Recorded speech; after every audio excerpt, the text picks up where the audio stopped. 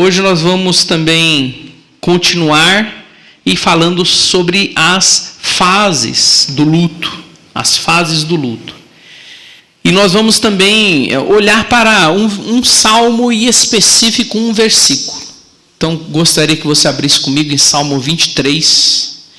E eu ainda tenho mais uma mensagem sobre esse assunto e eu gostaria de, na próxima mensagem, se Deus permitir, falar bastante o contraste entre o luto e o céu. O que a palavra de Deus traz, como você pode levar uma palavra de esperança.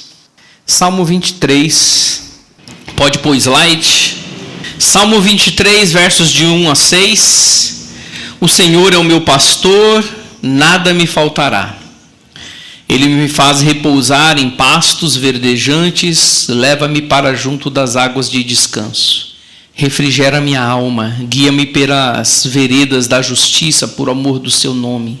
Ainda que eu ande pelo vale da sombra da morte, não temerei mal nenhum, porque tu estás comigo, a tua vara e o teu cajado me consolam. Prepara-me uma mesa na presença dos meus adversários, unges-me a cabeça com óleo e o meu cálice transborda. Bondade e misericórdia certamente me seguirão todos os dias da minha vida, e habitarei na casa do Senhor para todo sempre. Vamos orar mais uma vez? Pai, nós agradecemos ao Senhor pela oportunidade de termos portas abertas, pela oportunidade de estarmos aqui neste ajuntamento reunidos com irmãos, com amigos, com visitantes, e louvar e bendizer ao Senhor. E não somente, ó Pai, ouvir de Ti, mas também falar contigo por meio da oração, por meio do louvor, e ter um coração para que o Teu Santo Espírito possa ministrar a vontade e o querer do Senhor sobre a nossa vida. Então, Pai, é um encontro de exaltação, um encontro de adoração, um encontro de louvor, onde realmente magnificamos o Teu nome. E que essas instruções, ó Pai, venham realmente modelar, dar direção às nossas vidas, porque como crentes em Cristo Jesus, realmente precisamos ser cada vez mais úteis nas Tuas mãos, em qualquer jornada, em qualquer caminhada, em qualquer momento do nosso viver. Não somente quando perdemos entes queridos, na ausência dos nossos, mas também na ausência de pessoas que estão ao nosso redor, de seus familiares, realmente sempre levando uma palavra de conforto, uma palavra de orientação, e também, ó Pai, sermos observadores, para que possamos derramar da nossa vida sobre a vida deles, vida na vida, realmente a ajudar o próximo, a estender uma mão. Pois é a nossa oração em nome de Jesus. Amém. Nós estamos aí na jornada de estudo. O título desse mês são 3 mensagens: morte, luto, consolo e auxílio. Nós estamos vendo hoje à noite, vivendo cada fase da ausência. E a gente está trazendo aí Salmo 23, eu quero chamar a atenção para esse versículo. É o verso de número 4. Ainda que eu ande pelo vale da sombra da morte, não temerei mal nenhum, porque Tu estás comigo, a Tua vara e o Teu cajado me consolam.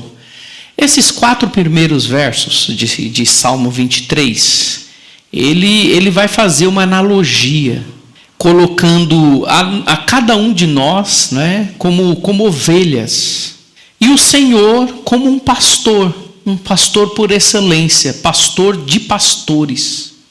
E o ambiente aqui é realmente o ambiente cotidiano de uma ovelha diante dos cuidados, os cuidados pormenorizados deste pastor.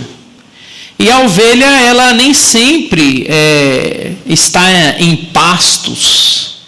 A ovelha, muitas vezes, o pastor vai conduzi-las em circunstâncias e situações adversas.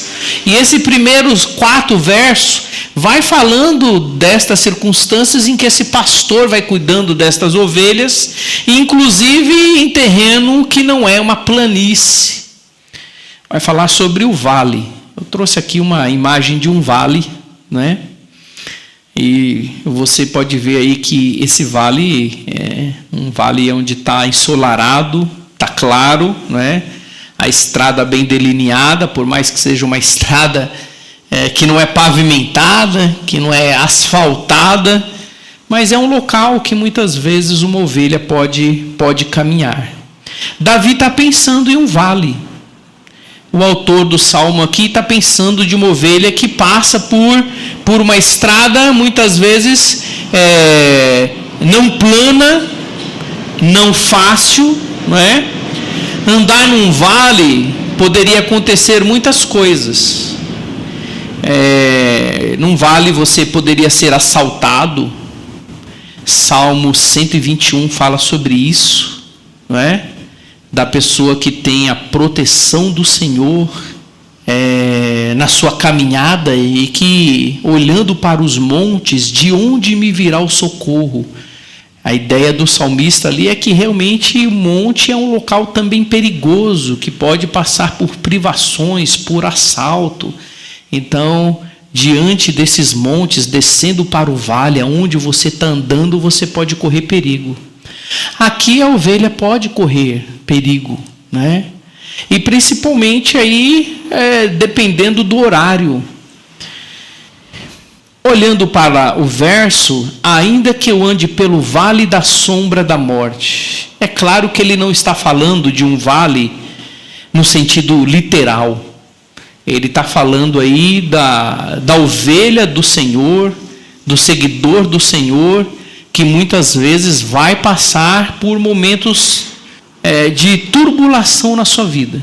Vai passar por vale que é chamado aí vale da sombra da morte. A ideia pode ser aqui de um vale até em meio à noite, um vale escurecido pelas dificuldades. Poderia ser mais ou menos assim. Um vale sombrio. Um vale sombrio. Eu penso que muitas pessoas passam por vales sombrios. Se não passou, passará. É só nós olharmos aí para o sul do Brasil e a gente percebe o quanto que daqueles que em menos de 20 dias tinha sua vida cotidiana normal, não é? Com seus sonhos sendo processados, com seus planejamentos todos arquitetados, e de repente o Senhor permitiu que centenas, milhares pudesse estar experimentando agora um vale da sombra da morte. Quando a gente olha para algumas palavras, a gente percebe que um vale, e eu vou colocar aqui algumas características desse versículo, mas eu quero pular o número 1, quero ir para o número 2. Um vale não é realmente um lugar fácil, não é uma planície. A morte, ela não é enfrentada na planície. Quando a pessoa tem perdas, quando a pessoa tem falta dos seus entes queridos, geralmente não é no terreno plano. Geralmente ela começa a vivenciar um vale. Ela começa a experimentar um local, um ambiente, uma circunstância nada fácil. Por isso que o salmista aí, ele diz que a ovelha ela pode andar num vale. E num vale que ele dá um adjetivo, num vale que tem sombras. Num vale sombrio. E a questão de um vale sombrio, um vale sem sombras, um vale com sombras, é a ausência de luz. E da onde se deriva, por exemplo, a ausência de lucidez, ou a presença de lucidez. A ausência de lucidez, a ausência de luz, de percepção. O enlutado, muitas das vezes, tem dificuldade de decisões, de ter lucidez. Eu coloquei aqui até um exemplo pessoal da minha sogra. Quando a minha sogra teve um problema no coração e ela precisou fazer uma cirurgia, essa cirurgia trouxe complicações. E complicações porque no meio da cirurgia ela adquiriu uma bactéria. E por conta disto, o corpo dela, a mente dela, não foi tudo acontecendo de uma forma tão simples, tão normal. e ela teve que ficar de uma hora para outra internada e sair fora do cotidiano dela. Então, até mesmo antes da cirurgia, ali naquele ambiente de hospital, às vésperas de fazer uma cirurgia de grande porte, ela começou a sair fora de si. Ela começou a ver o enfermeiro chamar de filho, ela começou a querer tirar as coisas, ela chegou a um momento de precisar ser amarrada no leito. Ela perdeu a lucidez dela, porque ela estava enfrentando ali um vale, e um vale de sombras. Então, quando uma pessoa ela passa por um luto, ela está num ambiente onde ela é de fato uma enlutada, ela não somente entra dentro de um vale, mas muitas vezes ela perde a lucidez. E ali, muitas das vezes, a Sidneia chegou em casa e falou: olha, minha mãe está passando por uma situação fora do normal, que a gente não compreendia o porquê que ela estava vivenciando aquilo, perdendo a normalidade da razão, né? Tudo aquilo. Por quê? É o vale sombrio. Falta luz, falta lucidez. E aí diz que muitas vezes uma pessoa pode passar pelo vale da sombra e ainda coloca a sombra da morte. Por quê? Porque um vale sempre traz perigos extremos. Você pode ser assaltado pelos inimigos, que pode trazer uma possibilidade de morte, não é? Eu lembro da parábola de Jesus, do bom samaritano, de que uma pessoa estava saindo de Jerusalém e estava descendo para Jericó, geograficamente, se enveredando por uma estrada acidentada, uma estrada cheia de curvas, e ali enfrentou um assalto e foi espancado. E as pessoas passando por ali, cada um saiu na tangente. Somente ali realmente um bom samaritano que chegou e socorreu aquela pessoa. Então, o vale da sombra da morte, muitas vezes a gente enfrenta essas dificuldades que são dificuldades extremas. Ali, é claro, no ambiente pastoril, a morte ali extrema poderia ser um assaltante, poderia ser um animal, não é? E no vale da sombra da morte pode trazer também a questão do medo. Eu estou falando tudo isso, irmãos, para colocar o coração de uma pessoa que perde alguém. Estou falando tudo isso para dizer que uma pessoa, quando enfrenta um luto, a pessoa quando perde alguém, ela pode estar vivenciando, ela pode estar entrando num vale com todas essas características. A característica de ser um ambiente nada fácil de poder lidar, sombrio, porque às vezes vai faltar lucidez, a expectativa daquela perda, realmente ali a pessoa passa por perigos, porque como que ela vai aprender, como ela vai lutar, como ela vai vivenciar aquela perda, e pode trazer também a questão do medo. Ainda que eu ande pelo vale da sombra da morte, não temerei. Quer dizer que o vale da sombra da morte pode trazer medo. Mas aqui, o salmista, ele tem ali uma solução para que Davi... Porque Davi excluiu o medo em todos os aspectos? Porque aqui no verso 4 ele diz assim: ainda que eu ande nesse ambiente de vale da sombra da morte, não temerei mal nenhum. Por quê? Porque ele tem um conhecimento de Deus. Ele tem a sua fé em Deus. O seu conhecimento acerca de Deus, a sua fé em Deus, faz com que ele, por mais que vivencie o vale da sombra da morte, ele confia plenamente no Senhor. Nós vimos domingo passado, até 1 aos Tessalonicenses capítulo 4, que Paulo vai falar da morte dos santos, e ele traz um quadro do futuro, dizendo da ressurreição dos nossos corpos, e ele falou tudo aquilo para que os crentes em Cristo de Jesus não se entristecessem. É claro que a morte de entes queridos para o crente traz a tristeza, mas não se entristecesse a ponto de perder as esperanças. Então, ter Jesus, ter Deus, ter o conhecimento acerca de Deus, realmente faz com que a gente lide com esse medo. Aprenda a confiar no Senhor. Mas nem todas as pessoas conhecem a Cristo. Talvez você possa ter alguém, né, da sua rua que perdeu alguém. Ou você pode ter alguém na sua parentela que um dia perderá alguém. Seu cunhado pode perder o pai, sua cunhada pode perder a mãe, um tio distante.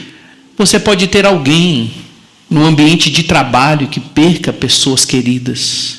Nem sempre todos têm a solução ao seu lado. Mas você está lá. Você pode auxiliar, você pode levar uma palavra de esperança. Então, quando a gente vai falando dessas fases de ausência, chega o número 1. Ande. Todas as pessoas, ela pode andar no vale da sombra da morte. O ande aí quer dizer que isso é uma realidade para todos. E às vezes nós não temos como fugir disso.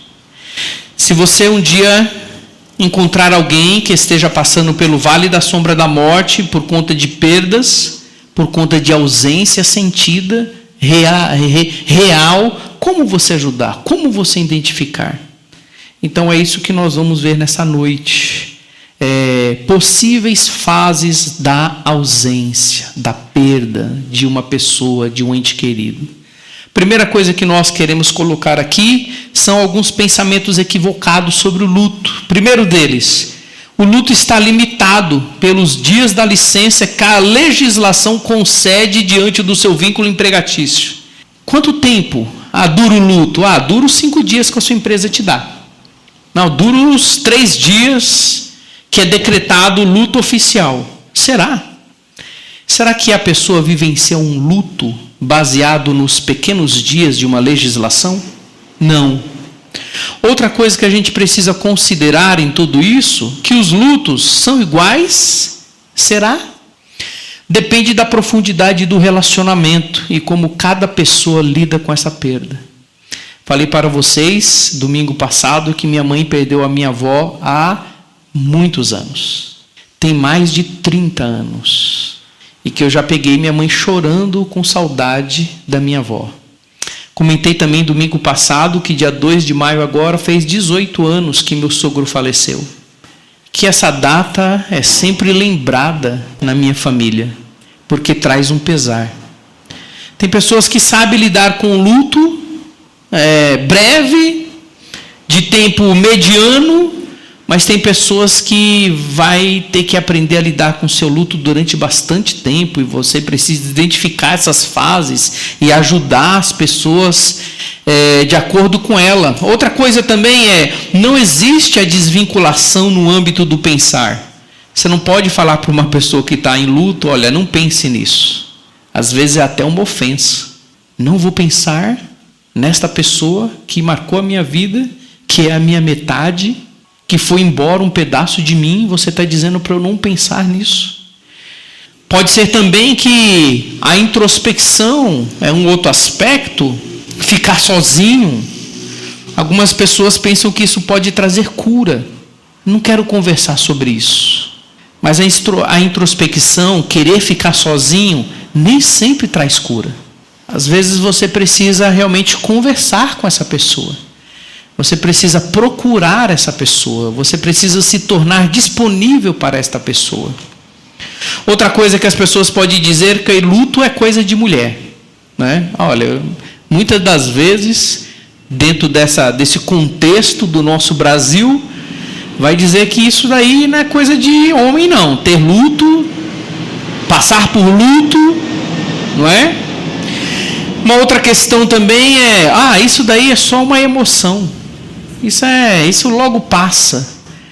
Negligencia muitas vezes o aspecto psicossomático, ou seja, aquela emoção pode atingir a pessoa. A pessoa pode adoecer por conta de um luto que não está sabendo lidar com ele. Pode trazer nesses aspectos emocionais, nesses aspectos imateriais do espírito, não é, da mente, uma descarga, né? Um efeito, uma consequência no corpo. E também a gente pode até dizer, olha, isso é só emocional, a gente pode até estar marginalizando a natureza espiritual do luto. Pessoas que caminham com Deus podem experimentar um luto de uma forma diferente daqueles que vivem um cristianismo às vezes mais distante do Senhor, mais raso. Mas eu quero apresentar aqui 4 fases do luto e que você possa considerar essas fases para poder ajudar o próximo, para poder ajudar alguém dentro de casa, para poder ajudar no momento propício e quem sabe, né? Você mesmo vai passar por um vale da sombra da morte, porque qual de nós deixará de ter uma experiência dessa? Infelizmente, né? Primeira fase é a fase que a gente chama do choque ou do entorpecimento, que pode durar, segundo alguns, até 15 dias. Primeiro deles, na questão do choque, quando se perde alguém, você adentrando no vale da sombra da morte, pode ter aquele desejo de não se mover, rosto sem expressão, vitrificado. Deixa eu contar uma experiência minha. Quando eu tinha cerca de, talvez aí, 11, 12, 13 anos, era pré-adolescente. Morava num bairro fechado, eram 4 ruas, e as 4 ruas, elas se uniam em uma só, e todo mundo vivia ali naquelas 4 ruas, daquela rua que se unia, sair para uma avenida. Então aquelas 4 ruas ali eram 4 ruas tranquilas, as crianças viviam lá nas ruas e eu era uma delas, vivia naquela rua. Meu pai deixava sair, jogar bola, soltar pipa, bolinha de gude, peão. De vez em quando eu via minha mãe gritando, vem almoçar, entra para dentro de casa, né? E certa feita, eu tinha uma família que ali o pai e a mãe tinha 4 meninos. Eu era muito colega desses 4 meninos. Inclusive foi por meio de um destes meninos que eu encontrei Cristo como meu Senhor e meu Salvador. Era uma família cristã. E o pai desses meninos gostava muito de passarinho. E se você gosta de passarinho, você vai encontrar outra pessoa que gosta de passarinho. É quem gosta de pescar, geralmente encontra o outro pescador, né? E uma vez ele foi levar um passarinho para um colega. E eu estava lá em frente da porta dele e tal. Ele falou, Wilson, vou ali. Quer ir comigo? Vamos. Ele estava de bicicleta, me colocou na garupa e nós fomos. Só que eu pensei que ia ser uma coisa rápida. Demorou 1 hora, demorou 2 horas, demorou 3 horas... né? Saímos, era claro, estamos voltando, eu na garupa dele, já de noite, escuro. Quando eu entro no bairro, as pessoas, meus colegas, né? Wilson, seu pai está te procurando faz tempo. Wilson, onde você estava? Sua mãe aí está doida atrás de você. Meu coração já começou, né? Pode. Quando eu cheguei em casa, ali no portão, meu pai estava no portão. Esse senhor se chama Zeca, né? Era o apelido dele, Zeca, né? Ele falou, não, Wilson, pode deixar que quando chego lá eu converso com seu pai. Falei, não vai adiantar. Conheço meu pai. Chegamos no portão, meu pai estava no portão, e aí meu pai falou, desce. E aí o Zeca ficou conversando com meu pai. Mas quando eu chego na sala, eu encontrei uma mulher vitrificada. Minha mãe estava sentada na sala, totalmente inerte, sem falar, sem gesticular. Quando eu olhei, assim ela estava, assim ela ficou. Na cabeça dela, o tanto de tempo que eu já estava ausente, meu filho foi levado, alguém levou, meu filho morreu, né? Tem pessoas que ficam assim quando perde entes queridos.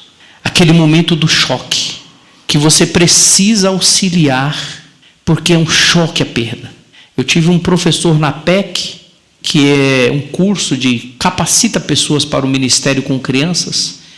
Ele falou que a esposa estava vindo de uma viagem, junto com a sua filha, e houve um acidente. Falou que ligaram para ele. Ele falou que quando recebeu a notícia do acidente e da morte da esposa e da filha.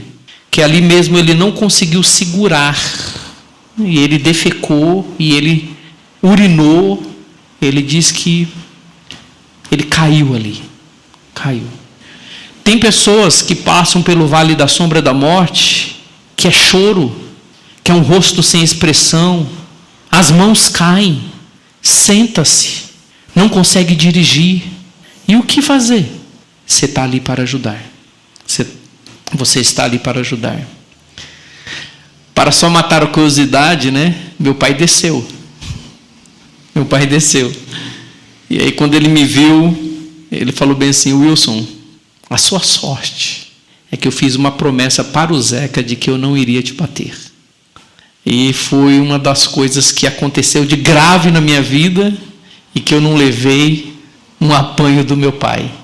Minha mãe, é claro, se recobrou e tudo mais, mas a visão que eu tive da minha mãe era imaginando como ela estaria reagindo à minha própria morte. Eu vi isso, a reação de uma mãe com o pensamento da morte do seu próprio filho. Então, a primeira fase de choque é desejo de não se mover, e você tem que ajudar. Ela está entrando no vale da sombra da morte. Uma outra reação é a dificuldade com as decisões. E é aí que está a importância da sua presença, do seu testemunho, né? Dificuldade de decisões sobre o funeral.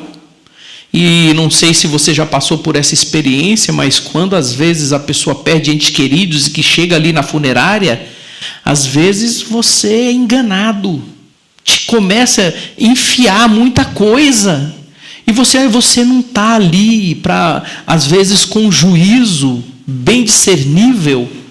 E às vezes são coisas que não precisam, mas que você está pronto a desembolsar, a fazer, a criar uma dívida ali que você não pode, que talvez não precisaria. Compras no supermercado, pagamentos, atividades domésticas e muitas vezes até asseio. Então, quando a gente está lutando com a questão de morte, de luto, quando você está consolando e você está auxiliando uma pessoa, lembre-se que não precisa ser um acompanhamento tão somente naquele momento da morte e do sepultamento.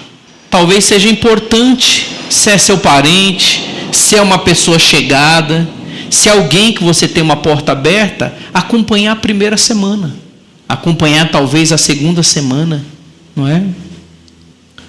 Ruth perguntou aí o que é asseio? Não é, Ruth? A pessoa não quer tomar banho, Ruth. A pessoa não quer escovar os dentes, a pessoa perde o ente querido e ela trava. É um choque que ela não consegue fazer nada que às vezes ela faz no cotidiano, né? E número 3, entra também aquelas emoções opostas. A pessoa tem raiva da pessoa que foi, não é? Mas ao mesmo tempo aquela ideia de culpa.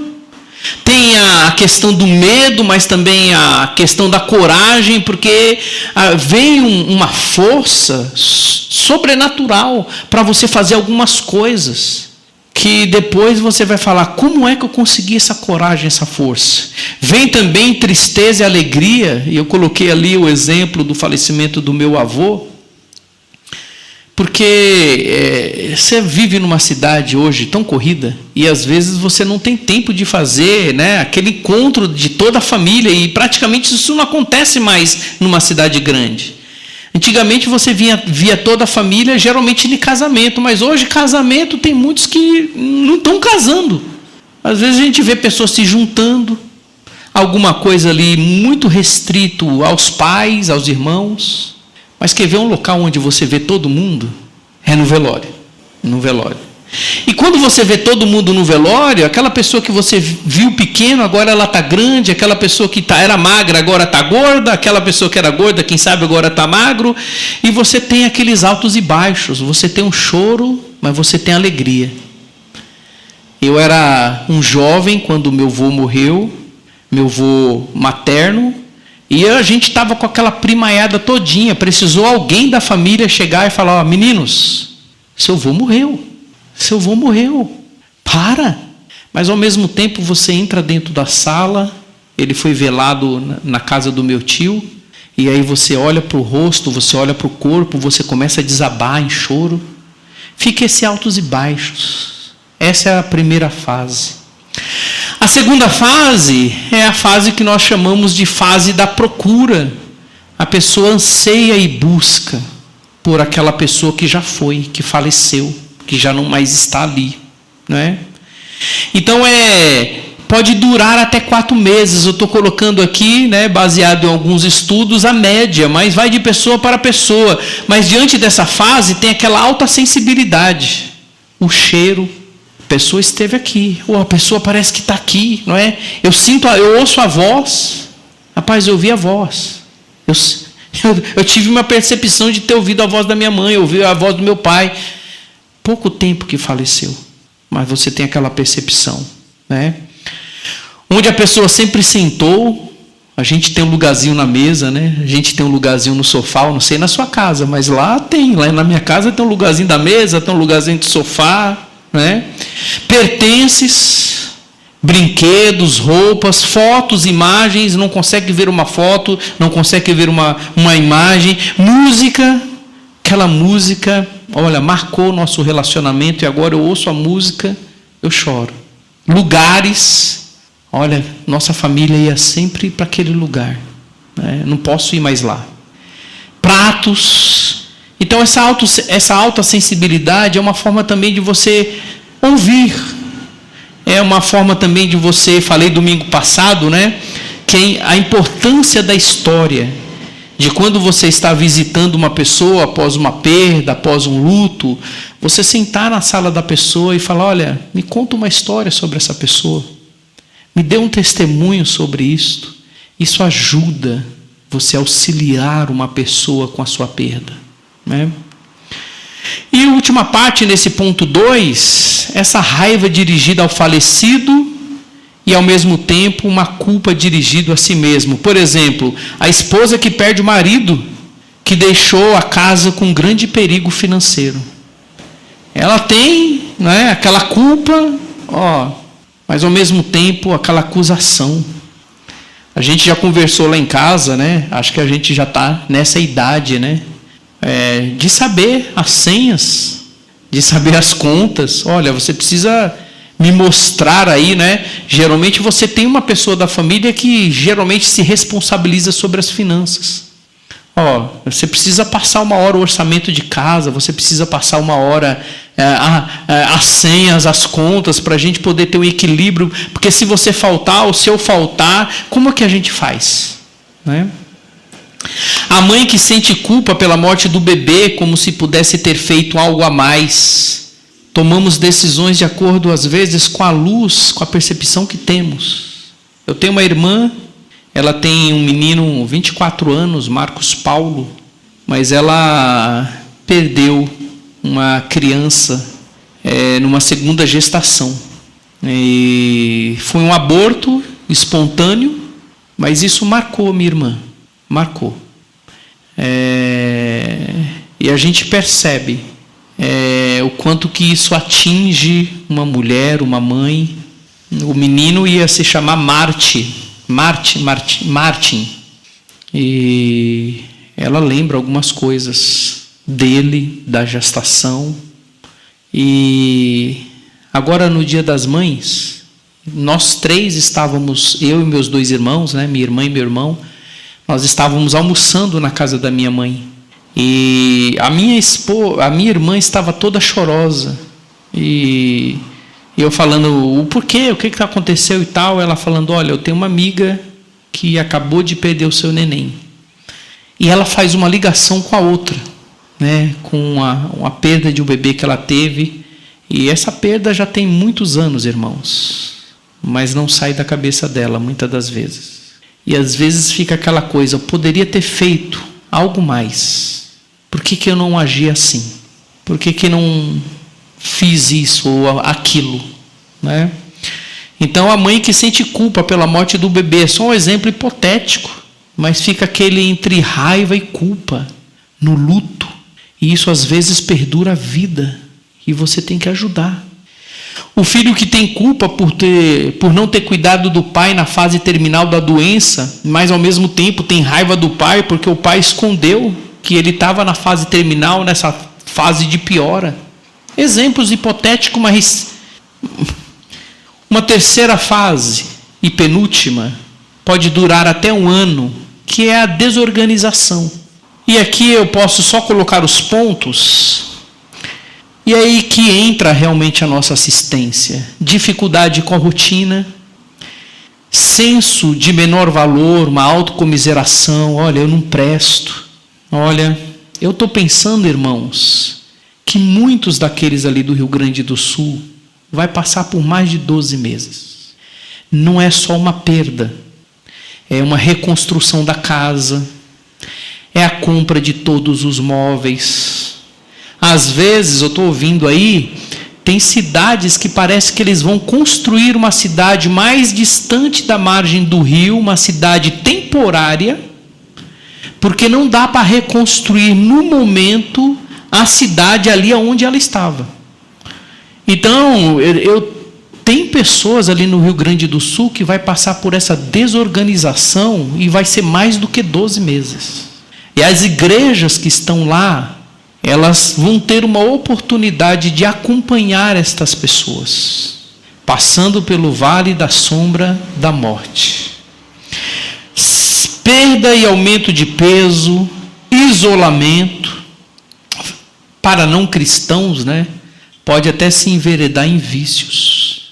Tem muitas pessoas, quando perdem entes queridos, que lhe falta o chão, se enveredam em vícios. Alcoolismo, drogas. Por isso que na pandemia eu lembro que estávamos suprindo muitas necessidades de cestas básicas. E aí depois passou a pandemia, parece que os canais, né, de assistência, né, os grupos de apoio, começou a diminuir.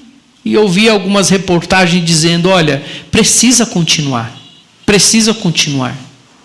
Nós vamos ouvir muito do Rio Grande do Sul, precisa continuar. Não é só no momento pontual, mas precisa se estender a 1 ano até 2 anos. Se você, uma vez, estiver perto de alguém, que pode ser um amigo, uma amiga, um ente querido, alguém da igreja, que sofreu uma perda, não é uma responsabilidade só do pastor, não é uma responsabilidade só dos líderes. É vida na vida. É realmente você poder ajudar um próximo que congrega, que faz parte da sua comunidade cristã. Você pode acompanhar de tempo em tempo, perguntar. Porque a pessoa pode estar nessa desorganização e precisando de uma conversa, de um café, de um apoio, de uma direção. Se vem a fase da desorganização, que pode durar até 1 ano, dificuldade com a rotina, autocomiseração, olha só como é que está a minha vida, eu não presto, não tenho capacidade, essa dificuldade com a alimentação, o isolamento, depois é natural que venha então a última parte, a última fase, a reorganização. Seria aí algo que pode gerar até 2 anos. Libertado das memórias e das opiniões, né? Por exemplo, a esposa pode dizer bem assim, olha, se seu pai estivesse aqui sobre esse negócio aí, ele diria isso, isso e isso. A pessoa cita isso, mas isso não é um peso. A pessoa não está obcecada. Aquela perda não está tão assim, dilacerando o coração, que a pessoa não consegue falar da pessoa, não consegue linkar o seu cotidiano com aquela pessoa que já desmonta.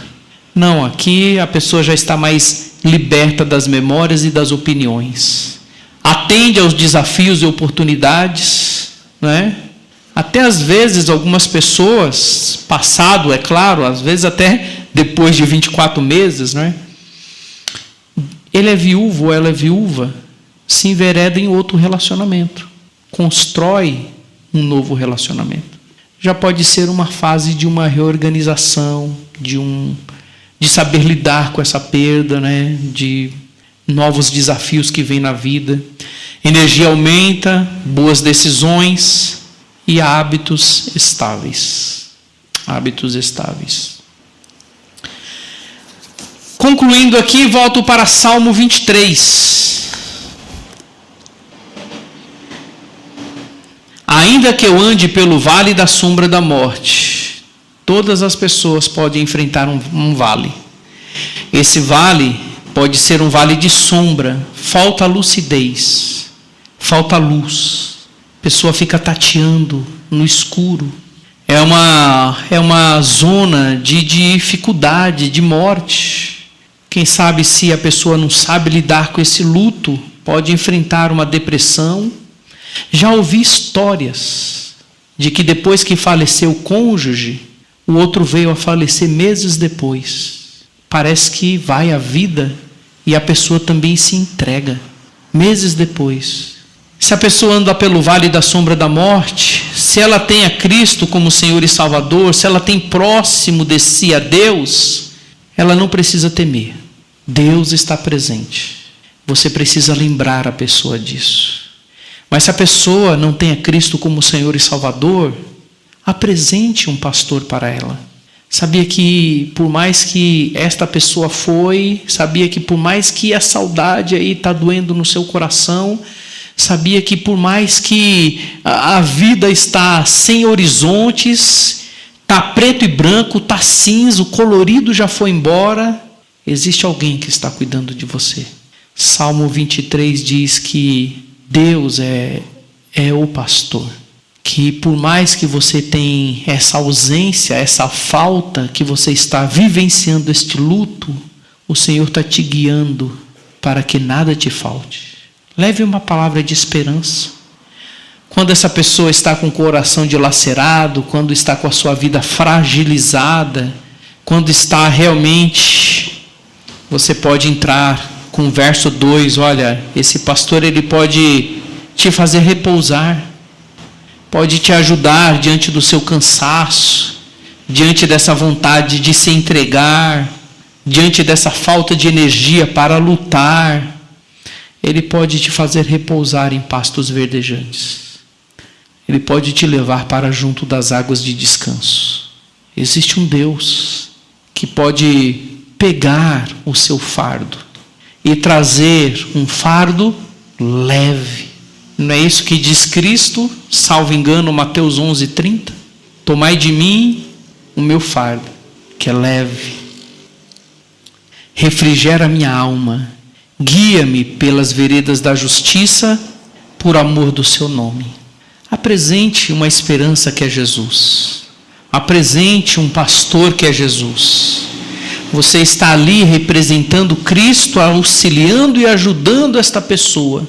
Mas você também pode conduzi-la para um pasto verdejante que você mesmo experimenta. Para a sombra que você mesmo desfruta. Para a água límpida e corrente que você mesmo bebe. Apresenta Jesus.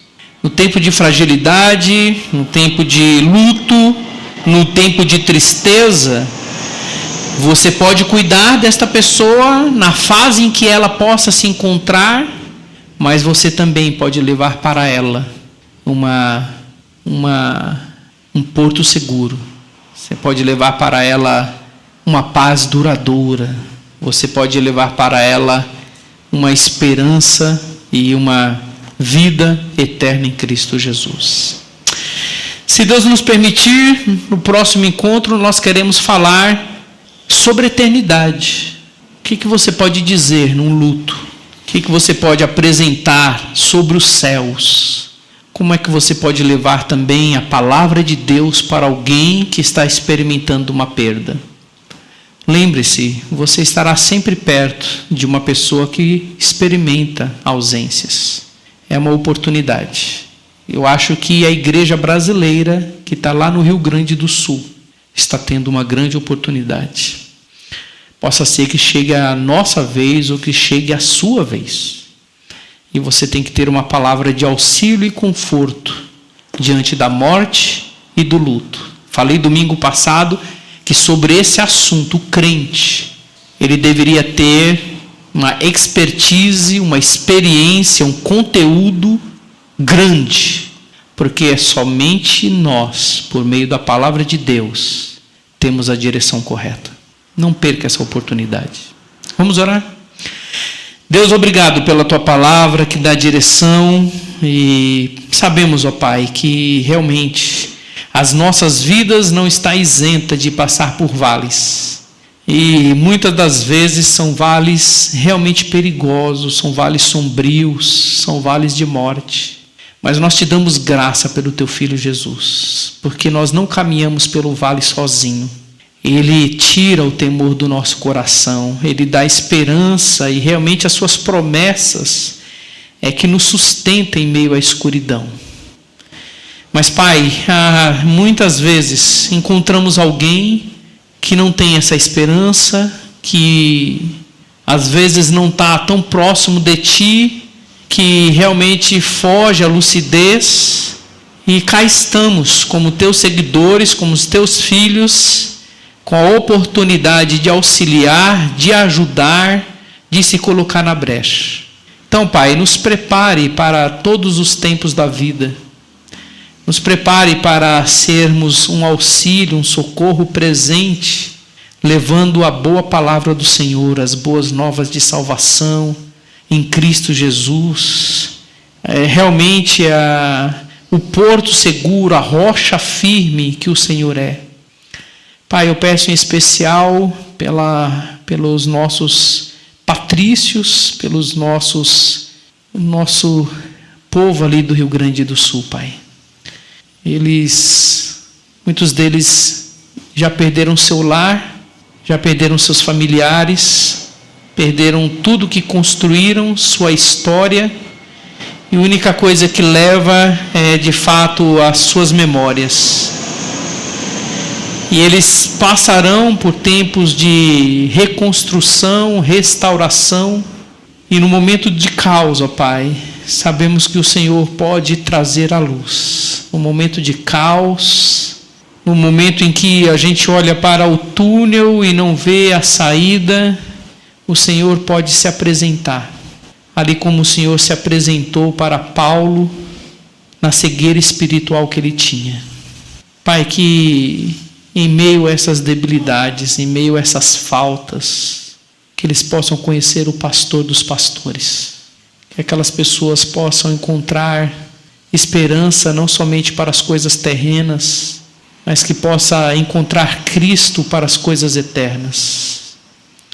Quero pedir, ó Pai, pelas igrejas que estão ali, seus pastores, seus líderes, irmãos em Cristo, aqueles que também estão passando por privações, aqueles também que estão passando por perdas, que eles tenham, ó Pai, o consolo que vem do Senhor. E não somente sejam consolados por Ti, mas como diz lá Paulo aos Coríntios, tenham capacidade de também consolar a outros pelo próprio consolo que têm recebido do Senhor. Que eles tenham uma palavra, ó Pai, de extensão para falar não somente dos cuidados terrenos, da força necessária para a reconstrução, mas para uma mudança de vida que possa ser radical em Cristo Jesus. Nós te damos graça, ó Pai, porque tem igrejas ali com portas abertas, com colchões estirados, fazendo quentinhas, entregando, ó Pai, roupas, entregando água, e nós te agradecemos porque o seu povo também se desperta para isso. E, ó Pai, se nós temos aqui irmãos que tendo condição de ajudar e que ainda não ajudou, que também a compaixão possa chegar a esses corações. Desperta a tua igreja, ó Pai, para que nós possamos não ser apáticos, para que nós não possamos ser insensíveis a tudo isso que está acontecendo, ó Pai. Que cada um possa realmente, como foi colocado aqui no mordomo fiel, ser pessoas de boas obras, generosas e conhecidas pelo amor ao próximo, Pai. Pai, que realmente as instruções que temos recebido não caia no nosso esquecimento, mas que seja uma oportunidade de estarmos sendo lapidados, não somente para dias bons, mas também para vales. Nós oramos agradecidos em nome de Jesus. Amém.